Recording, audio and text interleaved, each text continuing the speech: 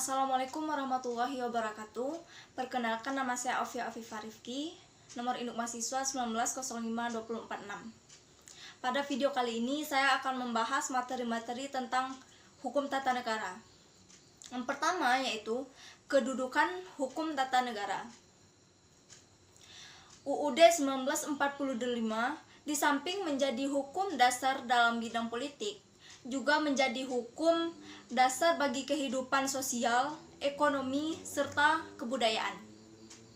Hal ini berbeda dengan tradisi penulisan konstitusi di negara-negara Eropa Barat serta Amerika, yang hanya memuat materi-materi yang bersifat politik dalam konstitusinya. Perbedaan ini disebabkan oleh corak penulisan konstitusi negara-negara sosialis terhadap UUD 1945. Kedudukan dan peran ilmu hukum tata negara ini dalam pembangunan Indonesia dapat dilihat dari berbagai konteks. Yang pertama yaitu perkembangan ilmu pengetahuannya, dan yang kedua yaitu pendidikan dan struktur kehidupan bermasyarakat. Dan selanjutnya kita akan membahas materi tentang istilah hukum tata negara. Apa sih istilah hukum tata negara itu? Hukum tata negara pada dasarnya adalah hukum yang mengatur organisasi kekuasaan suatu negara beserta segala aspek-aspek yang berkaitan dengan organisasi negara tersebut. Sehubungan dengan itu, dalam lingkungan hukum ketatanegaraan ini dikenal berbagai istilah. Di Belanda pada umumnya mereka memakai istilah Staatsrecht yang dibagi menjadi Staatsrecht in Rijmaarzin, atau dalam arti luasnya yaitu yang berarti hukum negara. Sedangkan Staatsrecht in Rijmaarzin adalah hukum yang membedakan hukum tata negara dari hukum administrasi negara, hukum tata usaha negara, atau hukum tata pemerintahan. Lalu di Inggris pada umumnya memakai istilah yaitu constitutional law.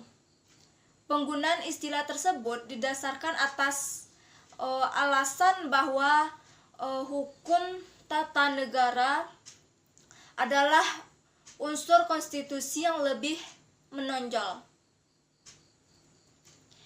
Sedangkan dalam bahasa Prancis sering disebut dengan istilah droit constitutionnel yang dilawankan dengan droit administratif, di mana titik tolaknya adalah untuk membedakan antara hukum tata negara dengan hukum administrasi negara.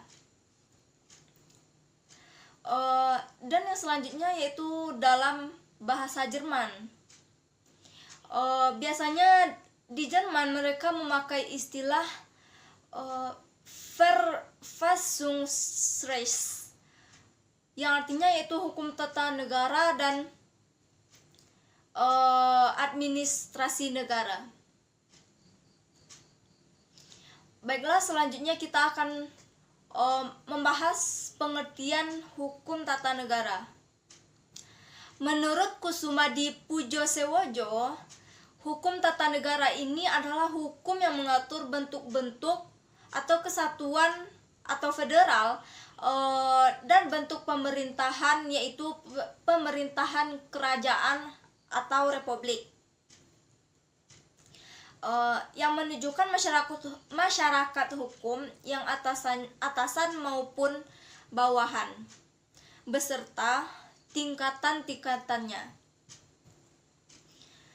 Yang selanjutnya mengesahkan wilayah-wilayah serta lingkungan rakyat dari masyarakat hukum itu, dan akhirnya menunjukkan seperangkat perlengkapan kekuasaan pada negara tersebut.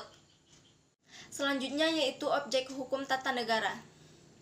Pada dasarnya, objek hukum ini terbagi atas dua bagian. Yang pertama yaitu benda yang bergerak. Benda bergerak atau tidak tetap, yaitu berupa benda yang dapat dihabiskan serta benda yang tidak dapat dihabiskan. Maka dapat dibagi sebagai berikut. Yang pertama yaitu benda bergerak karena sifatnya. Menurut pasal 509 KUHP, benda yang dapat dipindahkan misalnya meja, kursi, dan yang dapat berpindah sendiri. Contohnya yaitu hewan ternak.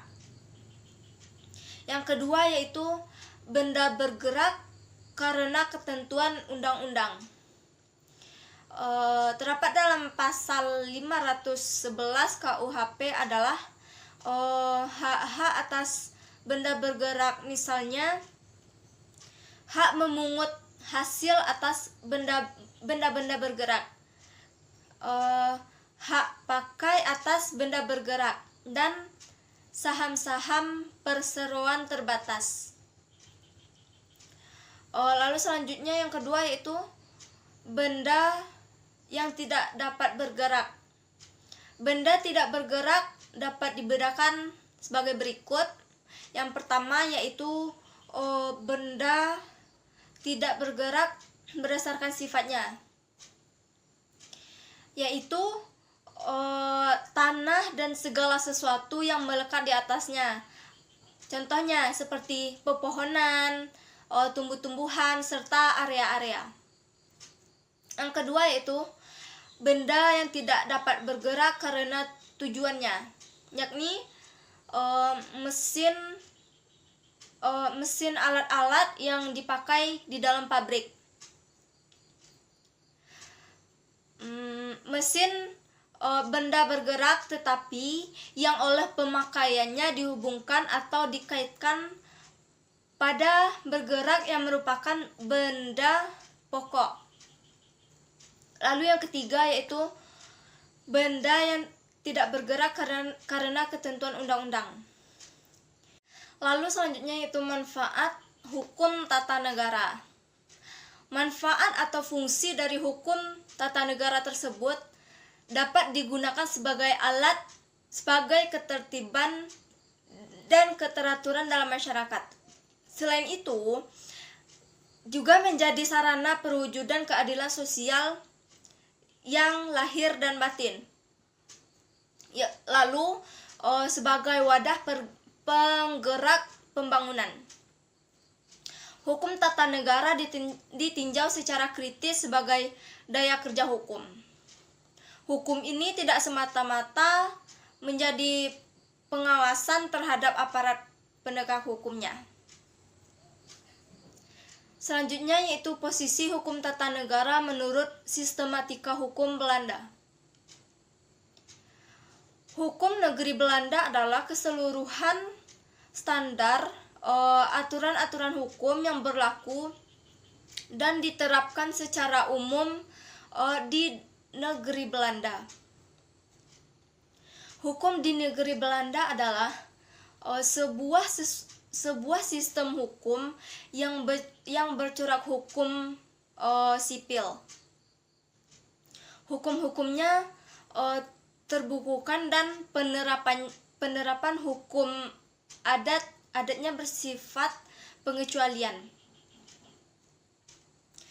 Secara teori, peran hukum perkara adalah kecil, meskipun memahami hukum dalam banyak bidang tanpa mempertimbangkan hukum perkara yang bersesuaian adalah mustahil. Sistem hukum di negeri Belanda didasarkan pada hukum perdata Prancis dan dipengaruhi oleh hukum Romawi dan hukum adat negeri Belanda. Lalu kitab-kitab hukum perdata yang baru atau yang diberlakukan pada tahun 1992 sangatlah dipengaruhi oleh Jerman. Maka ranah hukum di negeri Belanda biasanya dikelompokkan atas berbagai berikut. Yang pertama yaitu hukum publik. Hukum publik ini mengatur hubungan antara pemerintahan dengan warga negara, termasuk identitas hukum, misalnya perusahaan. Lalu hukum tata negara, termasuk juga sebagai hukum-hukum dari struktur negara yang mengatur serta dalam penyelenggaraan pemerintahannya. Dan selanjutnya yaitu hukum pidana, yang hukum pidana ini berurusan dengan penghukuman perilaku-perilaku tertentu yang denda-denda yang bertalian dengannya. Hukum tata usaha. Hukum tata usaha ini menentukan bagaimana pemerintah dapat mengintervensi warga negaranya, serta perbaikan apa yang dimiliki warga negara terhadap putusannya. Lalu selanjutnya yaitu hukum privat. Hukum privat adalah hukum yang mengatur hubungan antar warga negara, hukum perdata, termasuk juga hukum keluarga, hukum waris, hukum kontrak, serta hukum dagang. Lalu hukum kepemilikan atau mengenai harta benda. Hukum tata negara dan sistematika hukum Indonesia. Dalam suatu sistem yang baik tidak boleh terdapat suatu pertentangan antara bagian-bagian. Selain itu, juga tidak boleh terjadi duplikasi atau tumpang tindih di antara bagian-bagian itu. Suatu sistem mengandung beberapa asas yang menjadi pedoman dalam pembentukannya. Secara umum, sistem hukum ini dibagi menjadi dua, yaitu Eropa kontinental atau civil law system, dan yang kedua yaitu Anglo-Saxon. Civil law system adalah suatu bentuk-bentuk sumber hukum dalam arti formal. Dalam sistem hukum civil law berupa peraturan perundang-undangan, kebiasaan-kebiasaan, dan jurisprudensi. Negara-negara yang menganut civil law menempatkan konstitusi pada urutan tertinggi dalam hierarki peraturan perundang-undangan. Semua negara penganut civil law ini mempunyai konstitusi tertulis. Common law system atau Anglo-Saxon merupakan suatu sistem hukum yang didasarkan pada jurisprudensi, yaitu keputusan-keputusan hakim terdahulu yang kemudian menjadi dasar putusan hakim-hakim selanjutnya.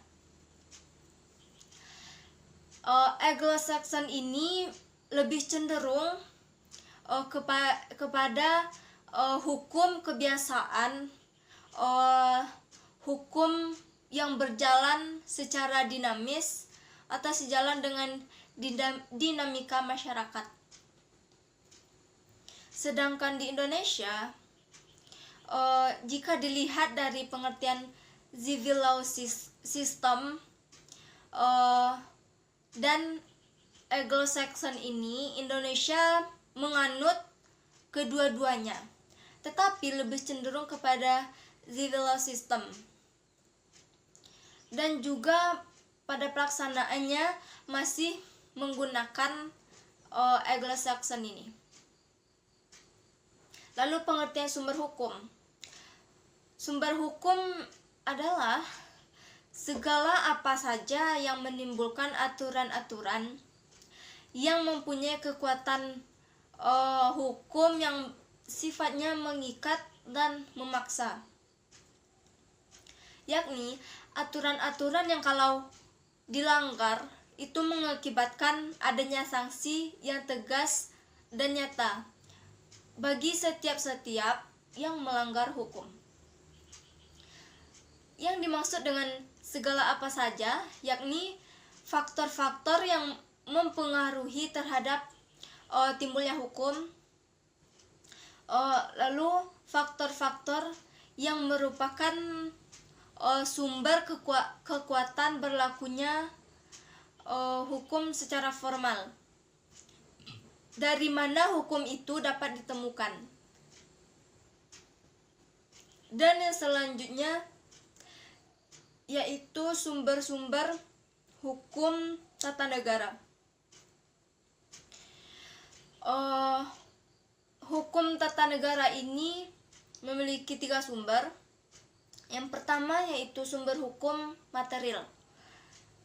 Seperti yang kita ketahui, sumber hukum material ini merupakan segala sesuatu yang ada di Indonesia haruslah berasal dan bersumber dari Pancasila. Pancasila ini merupakan suatu sumber hukum material bagi semua hukum yang ada di Indonesia. Dan begitu juga dengan sumber hukum tata negara Indonesia. Nilai-nilai Pancasila menjadi inspirasi sekaligus bahan dalam menyusun semua peraturan hukum tata negara. Pancasila sekaligus sebagai alat untuk menguji setiap peraturan hukum tata negara yang berlaku, apakah bertentangan atau tidak dengan nilai-nilai Pancasila, seperti yang tercantum dalam ketetapan MPR nomor 3 tahun 2000 pasal 1, 2, 3 serta Undang-Undang nomor 12 tahun 2012 pasal 2. Dan yang kedua yaitu sumber hukum formil. Sumber hukum formil merupakan sumber hukum yang ada di Indonesia atas UUD 1945. UUD 1945 ini merupakan sebagai hukum dasar tertulis yang juga merupakan sebagai bentuk peraturan perundang-undangan yang tertinggi yang menjadi dasar bagi sumber hukum formil dan juga peraturan perundang-undangan yang mengatur ketatanegaraan Indonesia, seperti yang tercantum dalam ketetapan MPR nomor 3 tahun 2000 pasal 3 serta Undang-Undang nomor 12 tahun 2011 pasal 3. Bentuk dan tata urutan perundang-undangan sebagai bagian dari sumber formil hukum tata negara Indonesia. Itu yang terdapat pada pasal Undang-Undang nomor 12 tahun 2011 pasal 7 antara lain. Yang pertama itu Undang-Undang Dasar 1945. Yang kedua, ketetapan MPR atau TAP MPR. Yang ketiga itu undang-undang atau peraturan. Apakah itu peraturan pemerintahan pengganti undang-undang atau Perpu. 4 yaitu peraturan pemerintah atau PP. Yang kelima, peraturan presiden atau Perpres. Yang keenam yaitu peraturan daerah atau Perda. Apakah itu provinsi maupun peraturan kota atau kabupaten. Dan yang selanjutnya itu peraturan desa. Dan yang ketiga yaitu konvensi. Setelah sumber hukum formil dan material dari hukum tata negara Indonesia, di Indonesia hukum tata negara juga bersumber dari konvensi.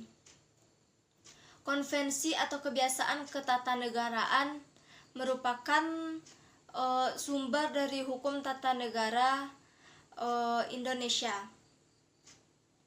Kebiasaan dalam praktek ketatanegaraan yang dilakukan secara berulang-ulang. Selanjutnya kita akan membahas tentang metode-metode hukum dari tata negara ini.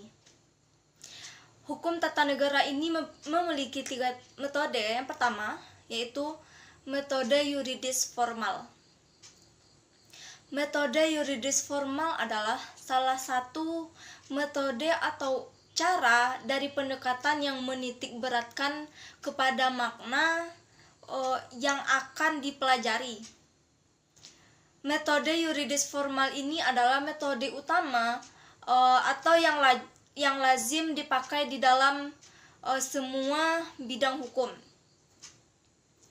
Maka oleh karena itu, dalam hubungan dengan bidang hukum tata negara, maka metode yuridis formal ini dapat pula kita pakai sebagai metode pendekatan terhadap objek yang akan kita pelajari, yaitu kaidah-kaidah dari hukum tata negara positif.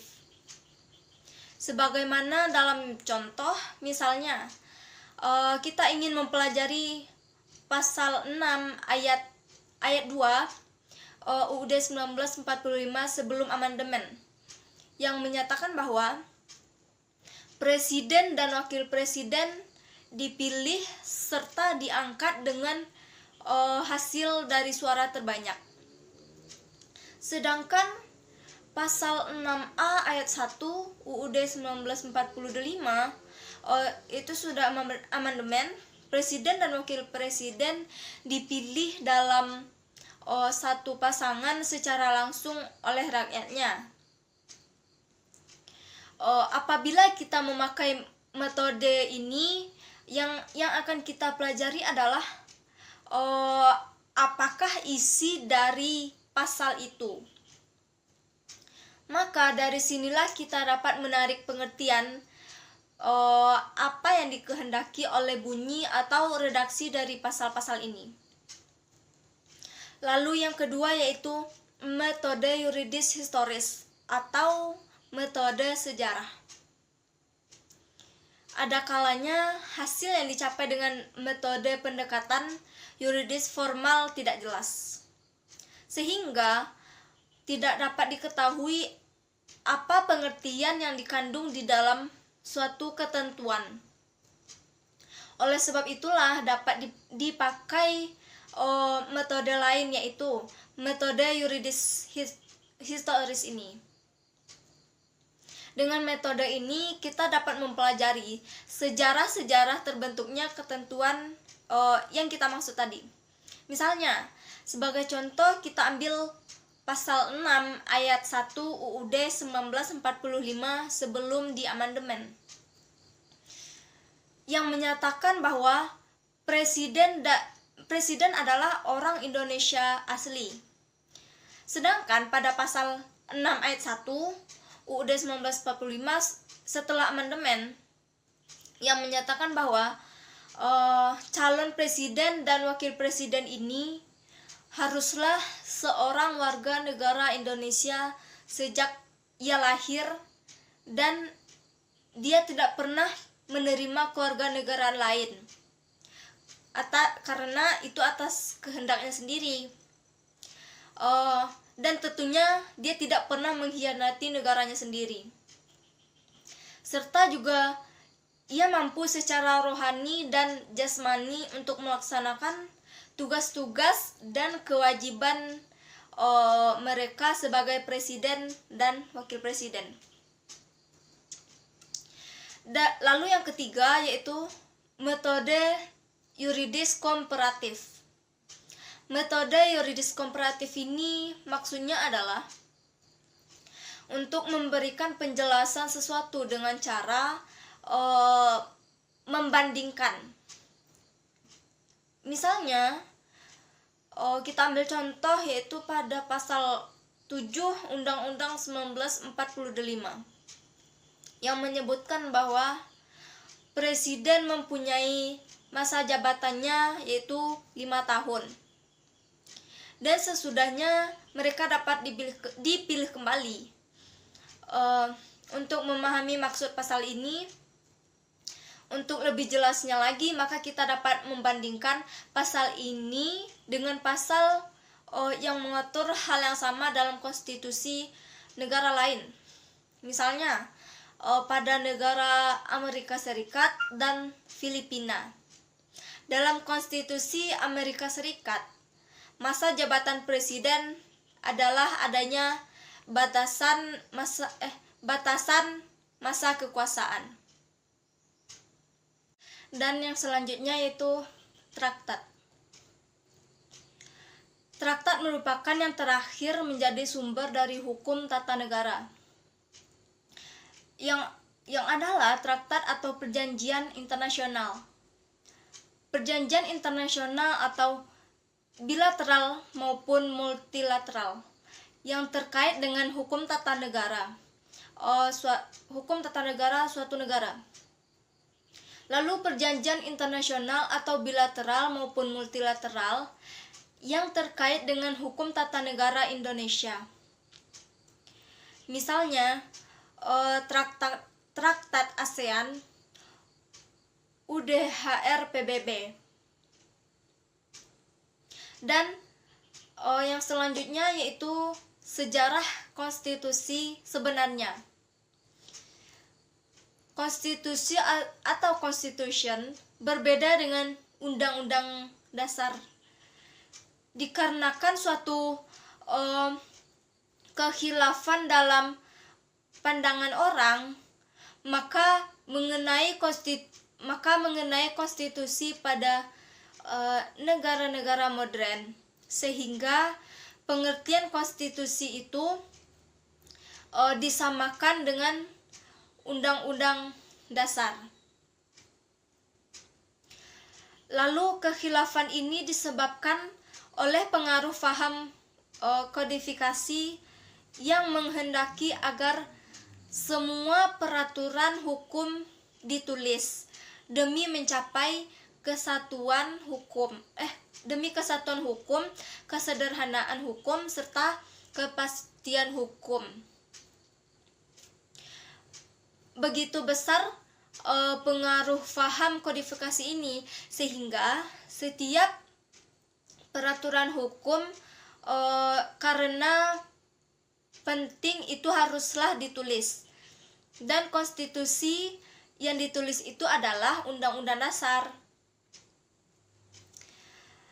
Secara umum terdapat dua macam konstitusi.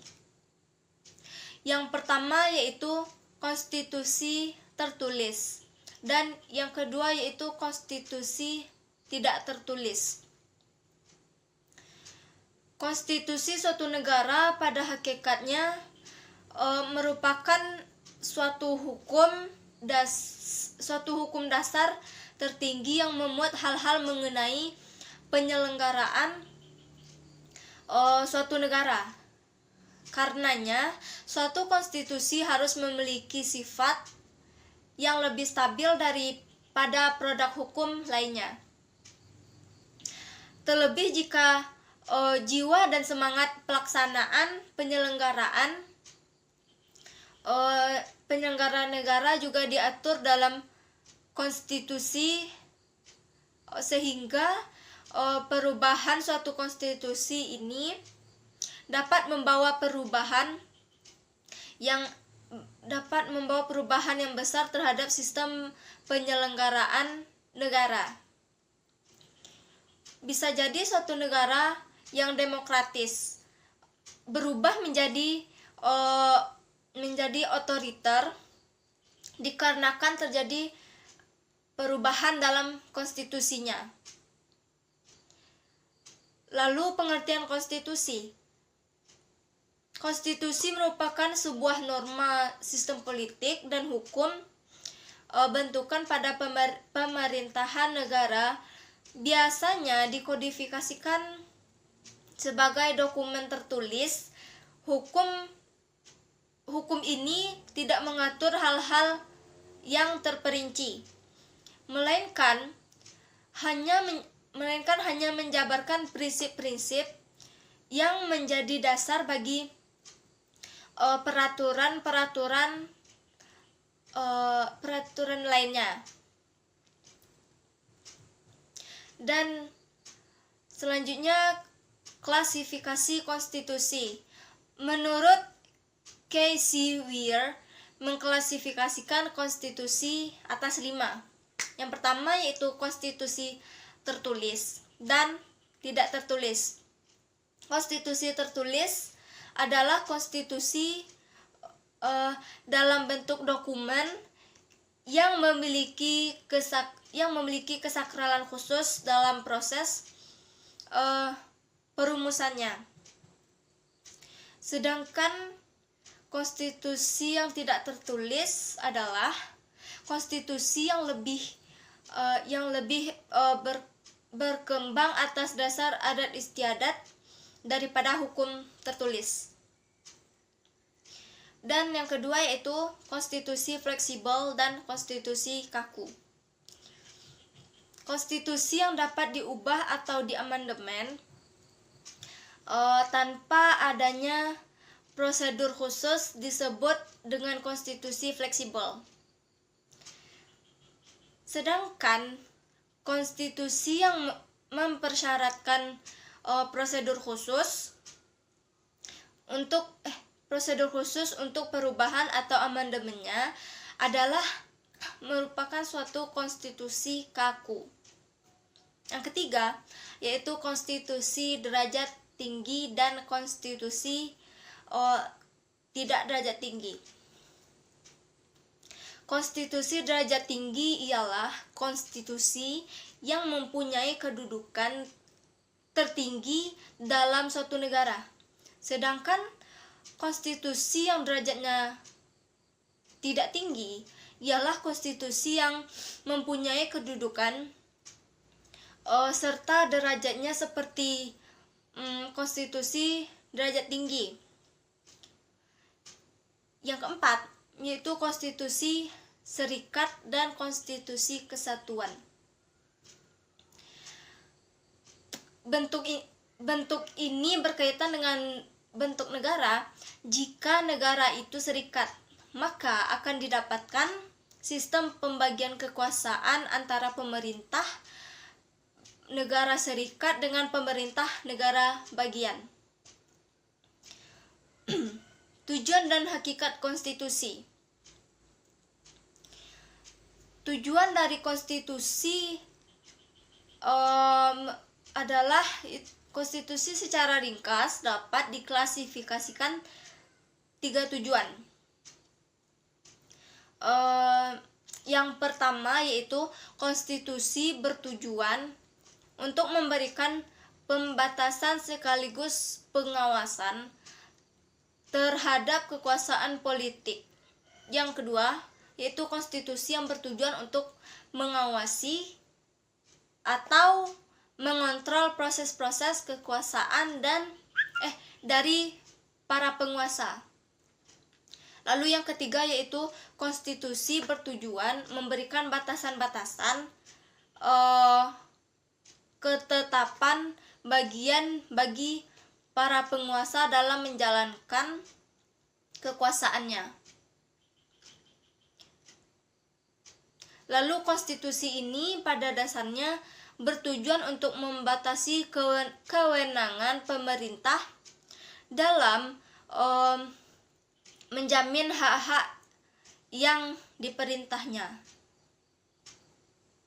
Dan selanjutnya yaitu konsep negara kesatuan negara kita adalah Negara Kesatuan Republik Indonesia atau sering disingkat menjadi NKRI. Istilah negara kesatuan sudah tertanam dalam pola pikir kita selaku warga negara Indonesia. Konsep negara kesatuan atau unitarisme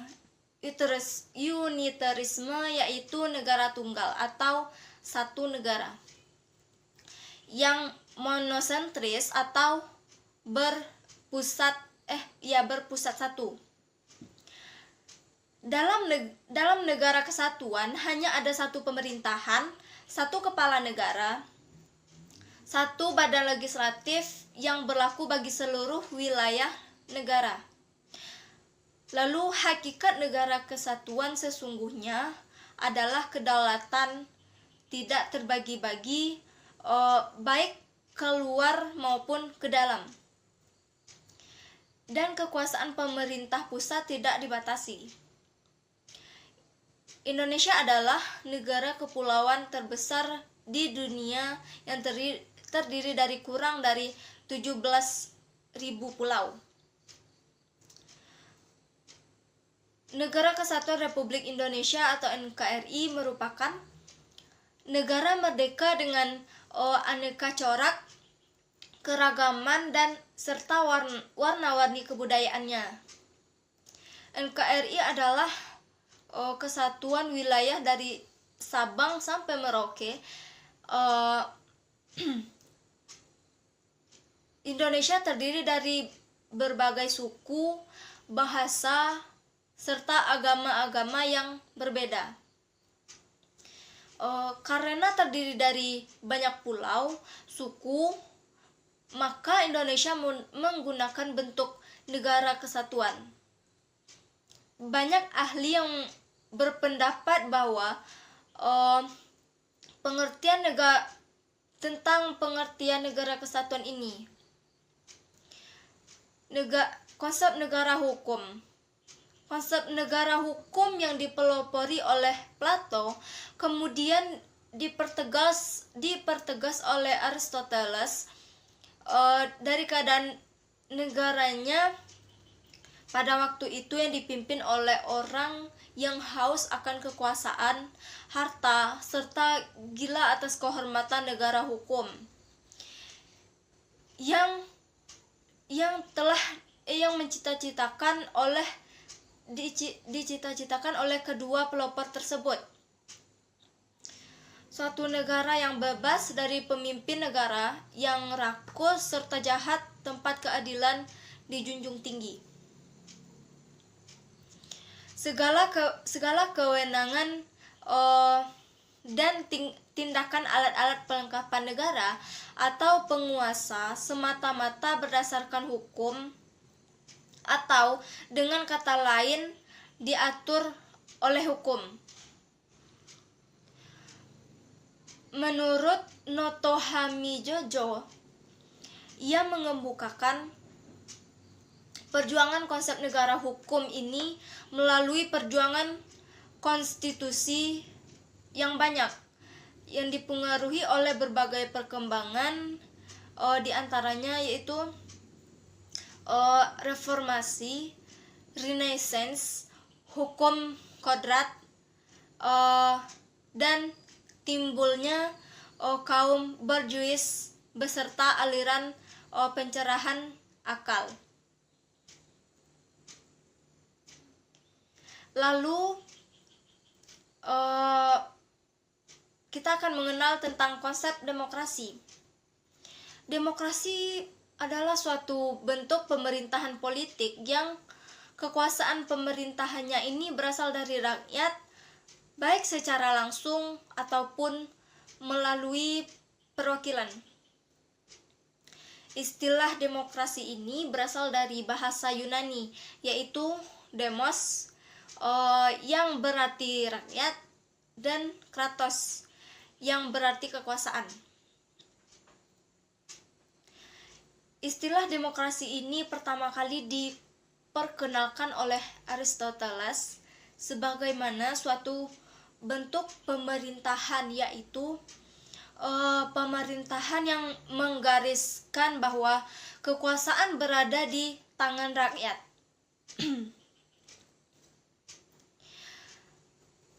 Lalu Abraham Lincoln dalam pidatonya ia mendefinisikan bahwa demokrasi ini sebagai pemerintahan dari rakyat, oleh rakyat, serta untuk rakyat. Dalam hal ini berarti bahwa kekuasaan tertinggi pemerintahan itu dipegang oleh rakyat. maka dapat disimpulkan bahwa konsep demokrasi atau pemerintahan rakyat ini diterapkan di negara Indonesia itu berdasarkan pada 3 hal. Yang pertama yaitu nilai-nilai falsafah Pancasila atau pemerintahan dari, oleh, dan untuk itu berdasarkan sila-sila Pancasila. Lalu transformasi nilai-nilai Pancasila pada bentuk dan sistem pemerintahan merupakan konsekuensi dan komitmen terhadap nilai-nilai dari Pancasila dan UUD 1945. Dan yang selanjutnya yaitu skema pembagian kekuasaan. Pembagian kekuasaan secara horizontal. Pembagian kekuasaan secara horizontal ini merupakan pembagian kekuasaan menurut fungsi lembaga-lembaga tertentu, berupa yaitu lembaga legislatif, eksekutif, dan yudikatif. Berdasarkan UUD Negara Republik Indonesia pada tahun 1945. Secara horizontal, pembagian kekuasaan negara dilakukan pada tingkatan pemerintahan pusat dan pemerintahan daerah. Pembagian kekuasaan secara vertikal. Pembagian kekuasaan secara vertikal ini merupakan pembagian kekuasaan yang berdasarkan atas tingkatnya, yaitu pembagian kekuasaan antara beberapa tingkatan pemerintahan yang ada pada pasal 18 ayat 1 UUD Negara Republik Indonesia pada tahun 1945 yang menyatakan bahwa Negara Kesatuan Republik Indonesia dibagi atas daerah-daerah provinsi, dan daerah-daerah provinsi itu dibagi atas kabupaten dan kota, yang mana tiap-tiap provinsi, kabupaten, dan kota itu mempunyai pemerintahan daerah yang diatur dengan undang-undang. Dan yang selanjutnya yaitu materi tentang hukum tata negara sebelum kemerdekaan. Yang pertama yaitu masa penjajahan Belanda. Pada masa ini, Indonesia yang selanjutnya disebut sebagai Hindia Belanda dikonstruksikan merupakan bagian dari kerajaan Belanda. Dengan demikian, kekuasaan tertinggi di Hindia Belanda berada di tangan raja. Akan tetapi, dalam pelaksanaannya, raja atau ratu ini tidak melaksanakan kekuasaannya sendiri, melainkan mereka dibantu oleh gubernur jenderal sebagai pelaksananya. Lalu, adapun peraturan perundang-undangan dan lembaga negara yang ada di masa Hindia Belanda, yaitu Undang-Undang Dasar Kerajaan Belanda pada tahun 1938. Pada hakikatnya adalah ini merupakan ada undang-undang. Yang kedua yaitu masa penjajahan Jepang. Dalam sejarah Perang Asia Timur Raya, dapat digambarkan bahwa kedudukan Jepang di Indonesia adalah sebagai penguasa pendudukan Jepang berusaha mengambil simpati dari bangsa-bangsa yang ada di kawasan Asia Timur Raya, termasuk Indonesia. Lalu mereka menyebut dirinya sebagai saudara tua. Dan yang selanjutnya yaitu sejarah hukum tata negara setelah kemerdekaan. Pada masa pasca proklamasi, Indonesia sudah mulai membenah dalam sistem ketatanegaraan, yang buktinya telah terjadinya beberapa sistem ketatanegaraan yang telah ditetapkan, seperti pemberlakuan UUD 1945 pada tanggal 8 Agustus 1945, yang mana Konstitusi Indonesia Serikat, Undang-Undang Dasar Negara Sementara pada tahun 1950, Sistem Ketatanegaraan pada masa Orde Baru, dan yang terbaru setelah reformasi menuju konsolidasi sistem demokrasi.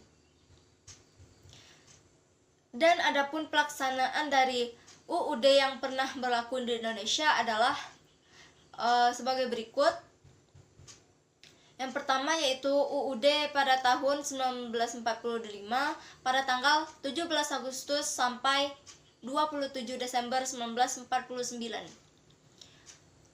Sehari setelah proklamasi 17 Agustus 1945, UUD 45 ini disahkan pertama kali oleh Panitia Persiapan Kemerdekaan Indonesia.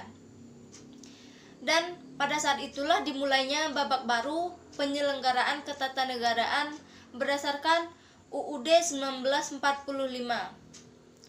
Lalu pada inilah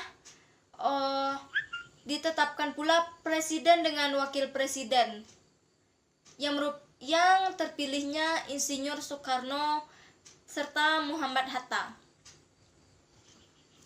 Dan yang kedua yaitu Konstitusi RIS pada tanggal 17 Agustus hingga 27 Desember 1950.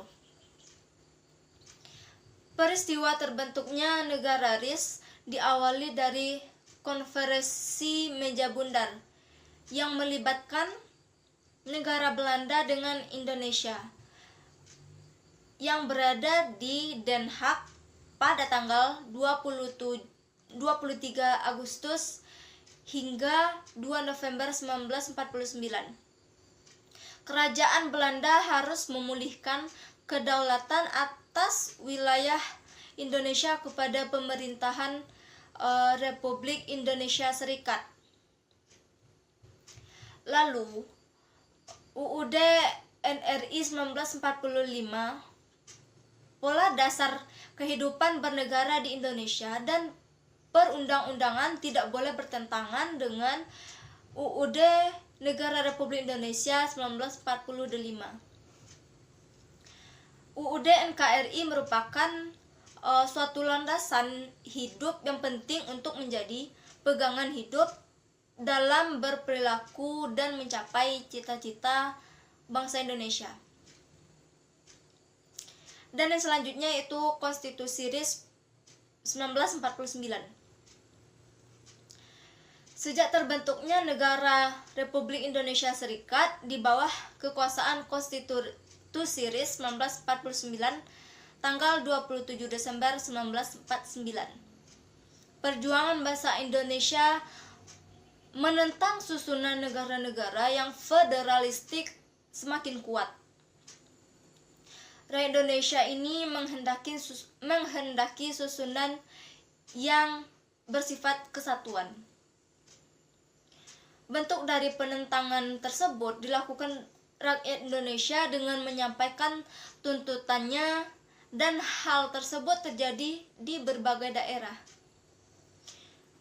Karena faktor kesamaan pemikiran inilah, beberapa daerah bagian menggabungkan diri dengan negara Republik Indonesia. Akibat dari adanya penggabungan ini, maka negara Republik Indonesia Serikat terdiri dari 3 negara bagian, yaitu meliputi negara Republik Indonesia, negara Indonesia Timur, dan negara Sumatera Timur.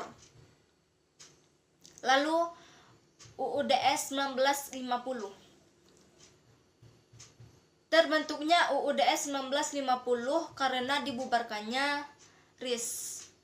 RIS dibubarkan karena adanya demo besar-besaran dari rakyat yang menuntut kembalinya Indonesia menjadi negara kesatuan Republik Indonesia. Lalu konstitusi tersebut dinamakan dengan sementara karena yang sifatnya hanya sementara.